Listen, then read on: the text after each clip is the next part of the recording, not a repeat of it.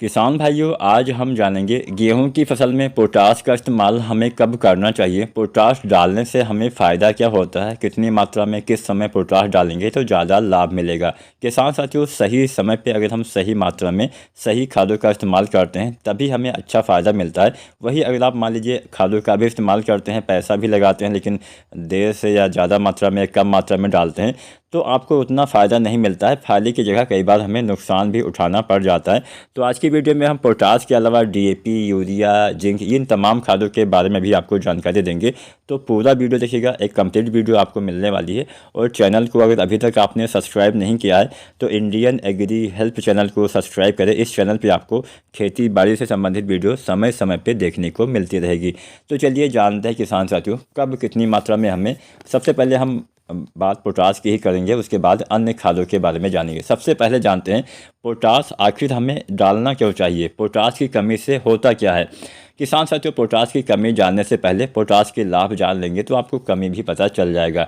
Potash एक main तत्व होता है। नाइट्रोजन, फास्फोरस और पोटाश, ये तीन तत्व हमारे मेन तत्व होते हैं। इसके अलावा बहुत सारे जो सूक्ष्म तत्व होते हैं वो भी पाए जाते हैं, माइक्रो न्यूट्रिएंट्स जो पाए जाते हैं।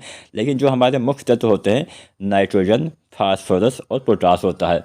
अब नाइट्रोजन और फास्फोरस की पूर्ति तो हम डीएपी, यूरिया या एसएसपी डाल के कर लेते हैं, या फिर एनपीके डालते हैं तो उसमें पोटाश की भी कुछ मात्रा में पूर्ति हो जाती है। लेकिन ज़्यादातर किसान साथी डीएपी या फिर एसएसपी खाद का इस्तेमाल करते हैं, खासकर गेहूं की बात की जाए तो यहाँ पे किसान साथियों पोटाश तत्व की पूर्ति नहीं हो पाती है, तो इसलिए हमें अलग से पोटाश का इस्तेमाल करना होता है। जैसा कि मैंने आपको बताया, पोटाश एक मुख्य तत्व होता है। पोटाश से क्या होता है कि पौधे में तने का विकास काफ़ी अच्छे से होता है, तने में मजबूती आती है, फसल गिरने से बचाता है।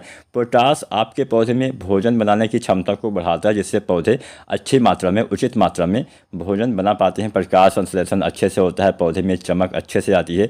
पौधे के अच्छे विकास के लिए पोटाश का होना काफ़ी ज़रूरी होता है। पोटाश से पौधे में एक रोग प्रतिरोधी क्षमता विकसित होती है, जिससे पौधे में जल्दी बीमारी का अटैक नहीं होता। जैसे इंसानों में आपको पता होगा, अगर जिसकी सुरक्षा तंत्र प्रणाली जो होती है, जिसको हम इम्यूनिटी सिस्टम बोलते हैं, अगर मजबूत नहीं होता है तो बीमारियां जल्दी आ जाती हैं। उसी तरह से पौधे में भी रोग प्रतिरोधी क्षमता जितनी अच्छी रहेगी उतनी ही कम बीमारियों का अटैक होगा। आपने देखा होगा कोई कोई फसल में बीमारियां आती है लेकिन उतना अच्छे से फैल नहीं पाती है, उसका जो फैलाव है उतना तेज़ी से नहीं होता है। वहीं दूसरी तरफ आपने देखा होगा थोड़ा सा भी बीमारी किसी फसल में आ जाती है तो पूरा खेत बर्बाद हो जाता है। तो कुछ ना कुछ यहाँ पे जो आपका इम्यूनिटी सिस्टम होता है पौधे का, वो भी मजबूत होना चाहिए। तो पोटाश क्या करता है, आपके पौधे में सुरक्षा प्रणाली को मजबूत करता है, जिससे बीमारियां जल्दी नहीं आती हैं। पोटाश का मेन काम तब होता है जब आपकी बालियों का निर्माण होता है। बालियों के निर्माण से लेके दाने के भराव तक पोटाश का काफ़ी अहम योगदान होता है। पोटाश से आपके फ्लावर्स अच्छे आते हैं, पोटाश से आपके पौधे में अच्छे से दाने का भराव होता है, पोटाश से दाने का वजन बढ़ता है, पोटाश से दाने में चमक आती है। तो दाने के विकास के लिए, फूल के विकास के लिए पोटाश काफ़ी अहम तत्व होता है। अब हम जानते हैं कितनी मात्रा में और कब हमें पोटाश का इस्तेमाल गेहूं की फसल में करना चाहिए। तो पोटाश की सारी मात्रा आपको केवल एक बार डालना है गेहूं में, वो भी डालना है बुआई के समय। पोटाश का इस्तेमाल कब करना है, गेहूं की बुआई के समय। कितना डालना होता है, पोटाश आप डालिए लगभग 25 से 30 किलो। गेहूं की जब आप बुआई करते हैं, अगर आप डीएपी डालते हैं तो लगभग आप 55 किलो के आसपास डीएपी डालिए। साथ में 25 से 30 किलो आपको यहाँ पे पोटाश का इस्तेमाल, एमओपी पोटाश जो 60% वाला आता है, इसका इस्तेमाल करिए। इसके साथ में आप लगभग 20 किलो के आसपास या 25 किलो अधिकतम आप यूरिया खाद का इस्तेमाल करिए। ये तीन खाद आपको बुआई के समय डालना है, बहुत ही अच्छा लाभ आपको दिखाई दे जाएगा। यूरिया 3 बार डालना है, तो पहली बार मैंने बताया 20 किलो डालिए, दोबारा से पहले पानी पे 40 से 45 किलो और दूसरे पानी पे फिर से 40 से 45 किलो यूरिया खाद का इस्तेमाल करिए। अगर आप जिंक डालते हैं तो जिंक का इस्तेमाल कब करेंगे, जिंक का इस्तेमाल पहले पानी पे करिए। 33% वाले जिंक लगभग आप 5 से 7 किलो, या 21% वाले जिंक लगभग आप 8 से 10 किलो जब आप गेहूं की फसल में पहला पानी लगाते हैं उस समय इस्तेमाल करेंगे तो अच्छा लाभ मिलेगा। पहला पानी लगाने के लगभग 5 या 1 सप्ताह के बाद आप एक एनपीके डाल लीजिए, एनपीके 19-19-19, जिससे पौधे का विकास में तेज़ी आती है।